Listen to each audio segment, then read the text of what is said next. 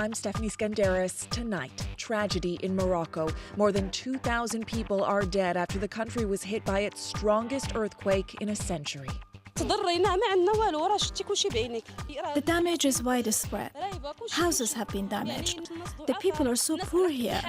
You see, there are no ambulances, and people are in a state of extreme panic.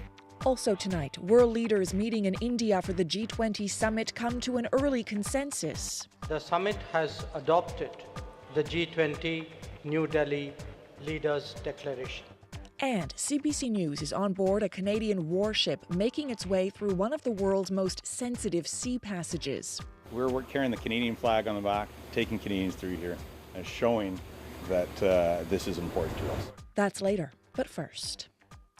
We begin with the devastating earthquake in Morocco that has killed more than 2,000 people.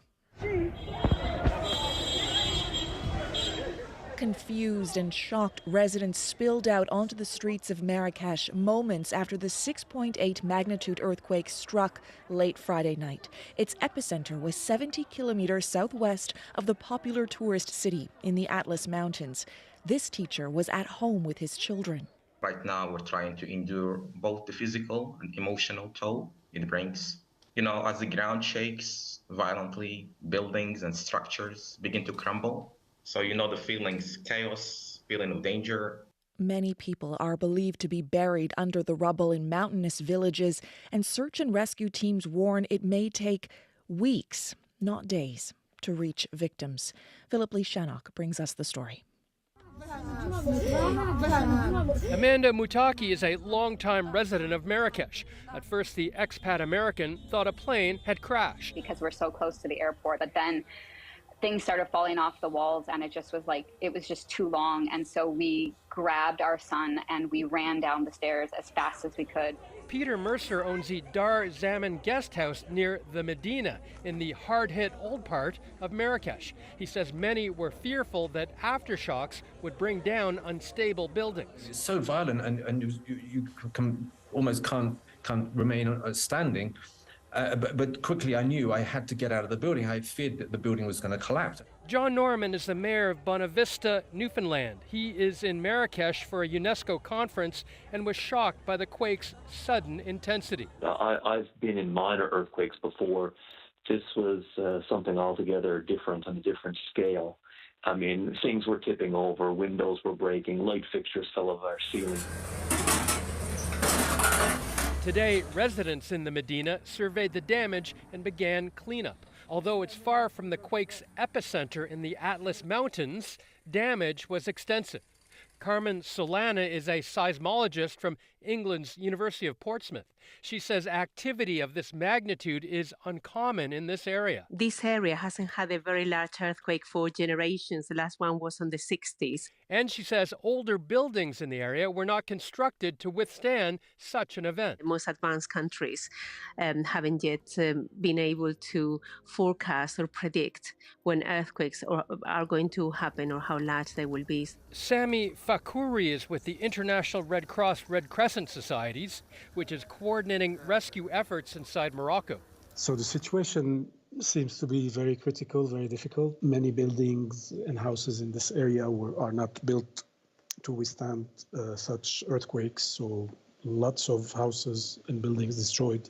The search and rescue window is where the clock is ticking. The Moroccan military deployed aircraft and in some cases drones to get aid to isolated areas where roads were blocked by debris. I mean, those mountainous areas are already very difficult terrains, so in normal times they're not easy to access. So you can imagine now after the earthquake how the access will be even more difficult. Authorities expect the number of dead to rise significantly as rescuers gain access to areas closer to the epicenter. Philip Lee Shannock, CBC News, Toronto. Affected Canadians in the quake zone are being directed to emergency helplines. Global Affairs says 4,800 Canadians have registered with the embassy in Morocco. Minister of Foreign Affairs Melanie Joly says so far only a handful have reached out for information and none have asked for help. So we don't have any information at this point confirming any form of injury or death. What I would say to family members or our friends listening right now, please tell your loved ones that are in Morocco, please register with the embassy. Jolie says she has been in contact with her counterpart in the Moroccan government and says Canada is working with the Red Crescent and other governments to offer aid and support. Ukraine is not happy with the Group of 20. At the G20 summit in New Delhi, leaders of the world's top economies hammered out a joint declaration. The consensus came as a surprise. The bloc is deeply divided on several key issues, none more than Russia's invasion of Ukraine. The New Delhi declaration does mention the war, but does not blame Russia, which is a G20 member. Karina Roman has been covering the G20 for CBC News, and she brings us this report. His Excellency Mr. Justin Trudeau, Prime Minister of Canada. The G20 Leaders Summit began with host Indian Prime Minister Narendra Modi welcoming each leader with a handshake and a smile, greeting some more warmly than others. Before leaders sat down for group sessions on climate change and sustainable development goals, there was time for informal conversations. Prime Minister Justin Trudeau stood in a small group including U.S. President Joe Biden, UK Prime Minister Rishi Sunak, U.S. Treasury Secretary Janet Yellen, and European Commission President Ursula von der Leyen. Later, French President Emmanuel Macron approached Trudeau at his seat, and the two had a brief but friendly chat. In fact, Canada and its allies came here with the goal of ensuring any joint declaration from the leaders continued to include the condemnation of Russia for its war on Ukraine. Surprising many, Prime Minister Modi announced consensus had been found. G20 Leaders Summit Declaration par सहमति बनी है. But the joint declaration posted on India's External Affairs Ministry website does not include any censure of Russia for its aggression. Instead, G20 nations reiterate their positions on the UN resolutions on the war. They declare no state should use the threat of force to try to take territory from another, and demand that attacks on infrastructure end.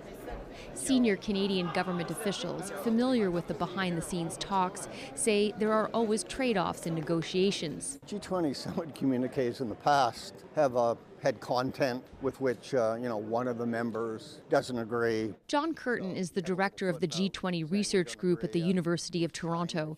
He says the weaker statement would be a step backwards if Russia weren't losing the war. Well, Mr. Putin's Russia, a face-saving gesture now that he's quite clearly losing the war and his economy, his currency, in a very sharp decline. The declaration also calls on both Russia and Ukraine to ensure immediate and unimpeded deliveries of grain.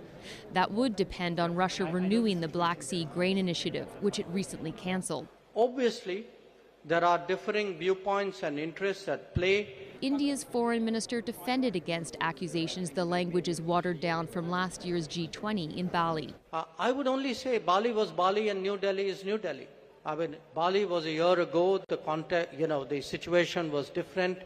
Many things have happened since then. The Ukrainian Foreign Ministry has also reacted, saying the G20 has nothing to be proud of. The 36-page declaration also contains language on climate change, gender equality, health, and world markets. Trudeau decided not to attend the summit gala dinner tonight, although no reason has been given. Tomorrow, he has a so-called pull-aside with Modi before heading back to Canada. Karina Roman, CBC News, New Delhi. Now, despite divisions within the G20, the summit is already being viewed as a diplomatic success for host country India and its Prime Minister Narendra Modi. Our South Asia correspondent Salima Shivji is at the G20 in New Delhi. I spoke to her earlier. Salima, India had specific goals going into this G20 summit. What does this joint declaration mean for the host country? Well, it is a major win for India, even if the language is watered down and much softer than the declaration from last year's G20. The fact that they came to some sort of consensus, and on the first day of the summit, it didn't go down to the wire on Sunday, was a surprise for virtually everyone watching who were expecting a tough slog. As of late Friday, that section of the draft declaration, the language on the war, was completely blank.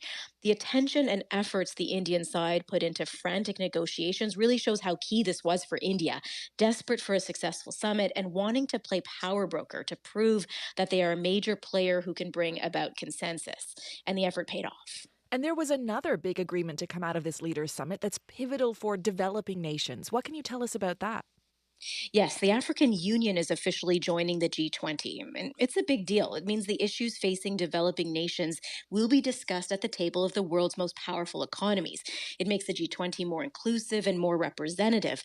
The African Union, which has 55 member states, is now on the same level and has the same status at the G20 as the European Union.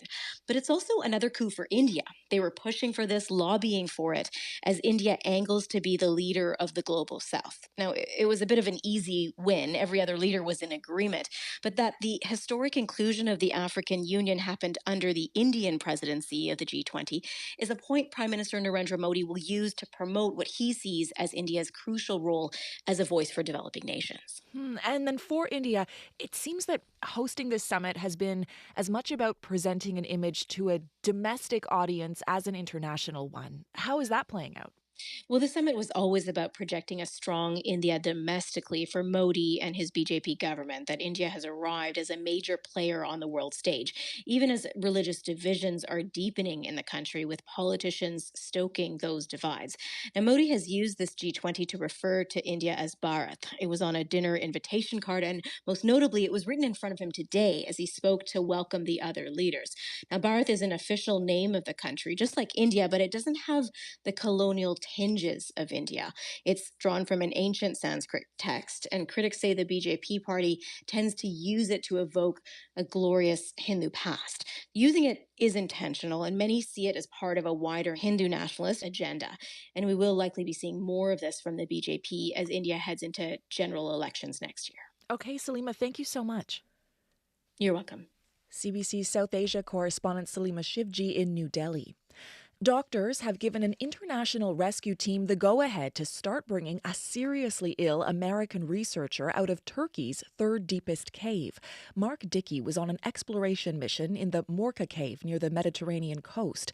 Last week, he developed stomach bleeding and became trapped around 1,000 meters deep. More than 150 rescue workers from around the world have been working to save him. Dickey may have to be carried out on a stretcher for much of the rescue, depending on his condition. Local officials say it could take up to 10 days to get him to the surface.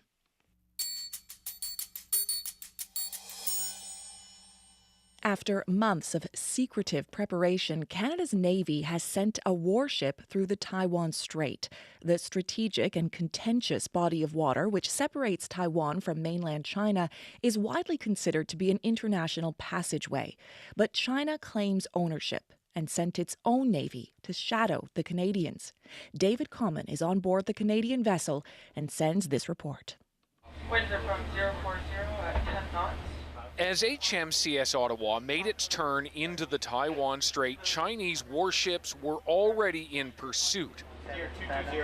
A destroyer and 2 frigates flanked the Canadian warship for the entirety of the crossing. Moving through the Taiwan Strait is to demonstrate a free and open Indo-Pacific. Commander Sam Pacho led the 240 sailors on board the ship through the most provocative and risky part of its nearly 5-month deployment. This is Chinese Navy Warship 155 Colin.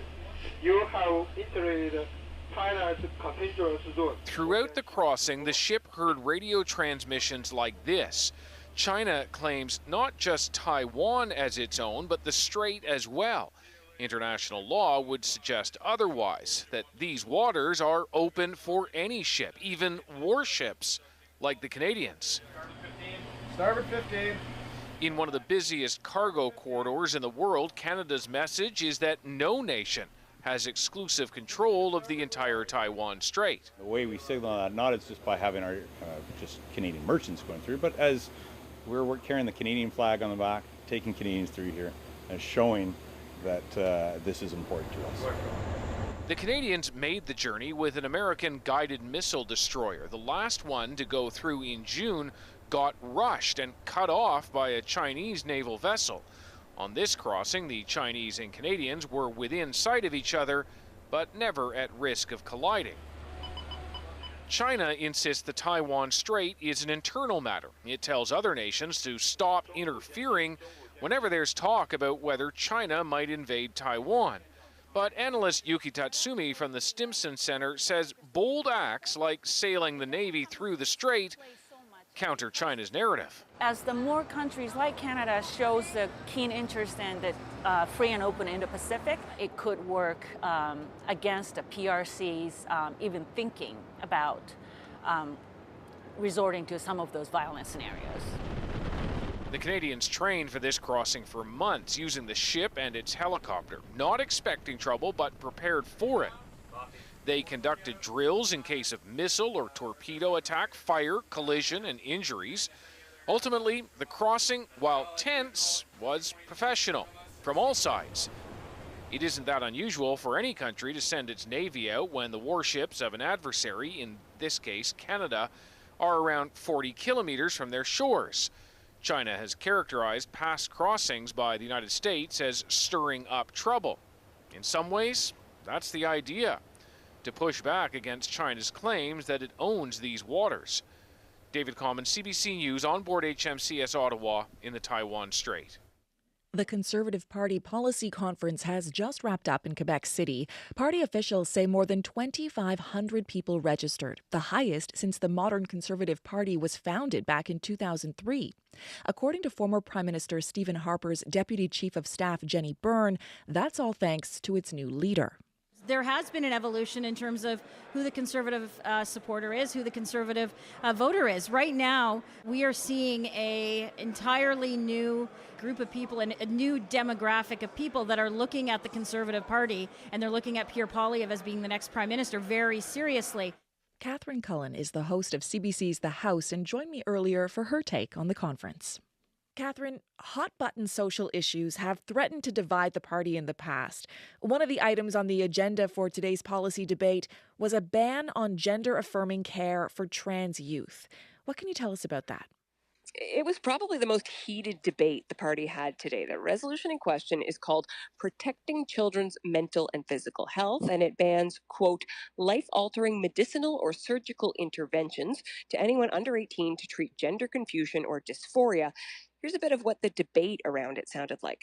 We are dealing with a mental disorder called gender dysphoria, which requires therapy, not irreversible procedures. Please protect our kids. Age alone does not determine the ability to consent.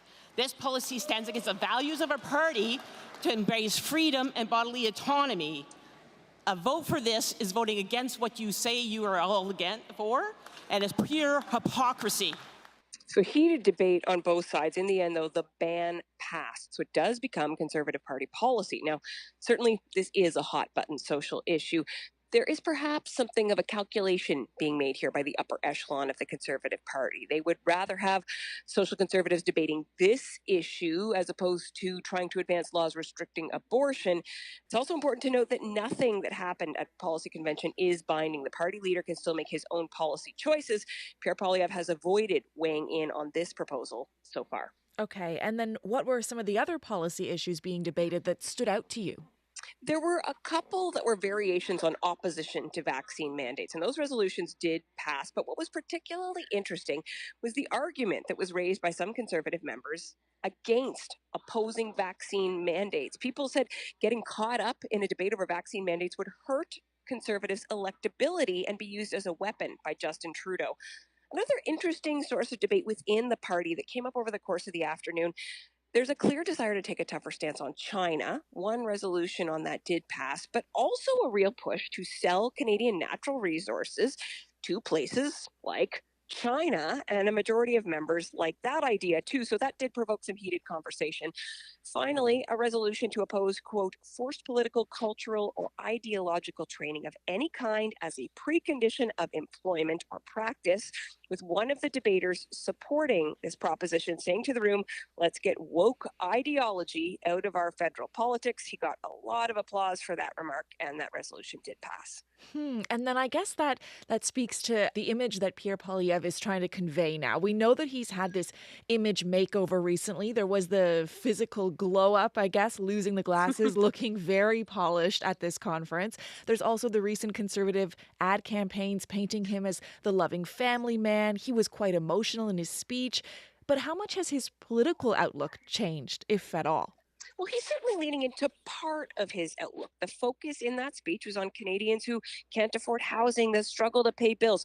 But even though that speech was more than an hour long, there were plenty of issues that Poilievre has emphasized in the past that didn't really come up very much. Not a lot of anti-woke talk, for example, not much about vaccine mandates, little emphasis on his concerns about the World Economic Forum. Now, those issues are not off his agenda. They just don't appeal to the same broad swath of Canadians as, say, housing.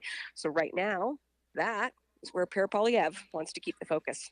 Okay, Catherine, thank you so much for this. Thank you. That's Catherine Cullen, host of CBC's The House. Hawaii is shifting its stance on tourism. In the immediate aftermath of devastating wildfires on Maui, residents and officials had asked travelers to stay away. But as the island now starts on the long road to recovery, tourists are being welcomed back, but with some conditions. Sarah Levitt reports. A long line of cars sits outside Maui's airport, almost 20,000 in all, normally out on the road, rented by tourists. A month after the devastating fires, though, the cars sit idle. Residents and officials alike had urged tourists not to travel to Maui. Hawaii Governor Josh Green now saying this instead. People who come to Maui, with the exception of the part of West Maui and Lahaina that's been affected, they will be helping us to heal and recover. On August 8th, the fire swept through Lahaina, destroying the historic town. Residents raced to get out, some jumping into the ocean to survive. Many didn't make it. More than 100 people died, and hundreds of others are still missing, yet to be identified. Our devastation is not your vacation. The disaster prompted many on social media to say tourists aren't welcome, including celebrities like Hawaiian Jason Momoa. But a month later, another reality has set in. Tourism accounts for 40% of Maui's economy. There's an estimated loss of $9 million per day since the fires. Morgan Miller is the owner of Soroti, a sushi food truck in central Maui. Everyone's realized that this will be a bigger disaster than just the wildfires if the economy crashes as well. Miller says his business is small, so he's managed to survive so far. These days remind him of the pandemic, except, he says, businesses had government assistance then. I'd say it's kind of a sad truth, but it is the truth that in the modern society that exists in Maui, there are most people making a living out here based on tourism. Tourism is not Maui's savior. Catherine Duchesneau lost her home in Lahaina and her job in tourism, but she wants her community to be the focus, not visitors. Businesses do need to thrive and our people do need to be employed, but we need conscious tourism. Living this, the government as a whole continues to fail the residents and put the tourists in front of the residents in general. Almost all of those who lost their homes remain in temporary housing, unsure what their future holds. Tourism, though, remains a primary economic driver direly needed. Hawaii's tourism board has launched a project called the Maui Marketing Recovery Plan. The message? Tourists are welcome, except in West Maui, where locals continue to recover and mourn. Sarah Levitt, CBC News, Washington. You're listening to The World This Weekend on CBC Radio. I'm Stephanie Skandaris. A northern indigenous community is celebrating a decision by the Biden administration to cancel oil exploration leases on Alaska's Arctic National Wildlife Refuge. The leases were issued under former President Donald Trump, but for the Gwich'in people, the battle is far from over. Chris Windier reports. My first reaction is like, are you kidding me? Pauline Frost is allowing herself a moment of joy. As the chief of the Vunta Gwich'in First Nation, fighting oil development in the Arctic Refuge is part of the job description. The area is sacred to Gwich'in on both sides of the border and home to the calving grounds of the porcupine caribou herd, one of the largest caribou herds in the world. That's why this week's announcement by the Biden administration counts as a win, but Frost says it's a temporary one. I would say that I was very, very excited and really pleased, but I also quickly turned my mind to a strategy, right? That's because drilling in the refuge has been a political football in Alaska for years. When Democrats hold the presidency, it's off the table. When Republicans hold the presidency, it's back on. For Gwich'in and their allies, this week's announcement buys time to lobby American lawmakers to put the refuge off limits forever. This is amazing news. Bernadette Dementieff is with the Gwich'in Steering Committee, which represents Gwich'in in Alaska. And so we still have a lot more work to do. Continue to go down and educate our congressional leaders on how sacred and how special this place is. We're interconnected to the land, to the water, and to the animals. And what happens to that happens to us. But Alaska's Inupiat people support opening the refuge to oil development, as does the Alaska government. A state-owned company owned 7 of the leases canceled by the administration. It vows to take the decision to court. Republican Senator Dan Sullivan called the move part of a war on Alaska. But the future of the refuge and the caribou may come down to simple economics. Chris Ryder is with the Canadian Parks and Wilderness Society. He says major oil companies want to steer clear of the refuge. They didn't bid for exploration leases last time. Ryder says that's because they're facing political and financial pressure to stay out. And I think that's because people know that this is such an important area and they know the impacts it would have. They also know that it's not a popular decision. For now, at least, neither the oil nor the caribou are going anywhere. Neither is the human struggle over their future. Chris Windier, CBC News, Whitehorse.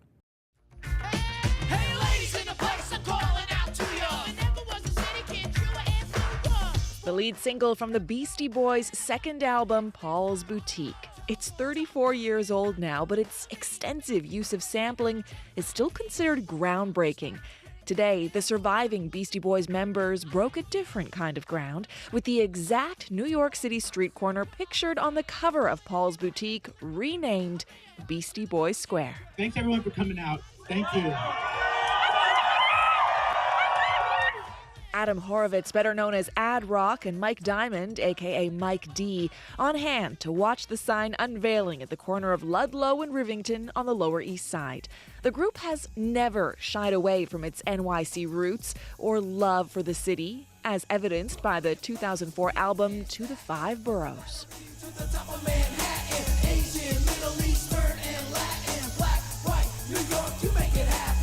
Today, Ad Rock thanking the crowd and the city. Thank you for teaching us, what to look at, what to listen to, what to wear, how to love, how to live. Thank you, New York. Also thanking the man behind this change and other ones like it. Hip-hop fan and advocate Leroy McCarthy has led efforts to rename streets for Tupac, the Notorious B.I.G., Wu-Tang Clan, and more. Beastie Boys Square is his latest success. This whole thing was his idea, and he pushed to make it happen just through the love of rap music, and thank you. We appreciate it. Another emotional thanks came from Mike D to the third member of the trio. I just got to really thank Adam Yauk,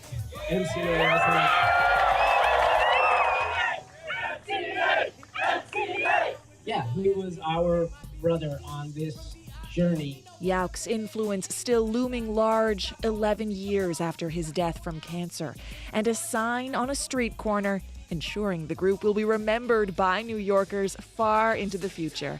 Because even if the sign's on the Lower East Side, there will always be no sleep till Brooklyn. We'll leave you with a little more of this Beastie Boys classic on The World This Weekend. I'm Stephanie Skandaris. Thanks for listening.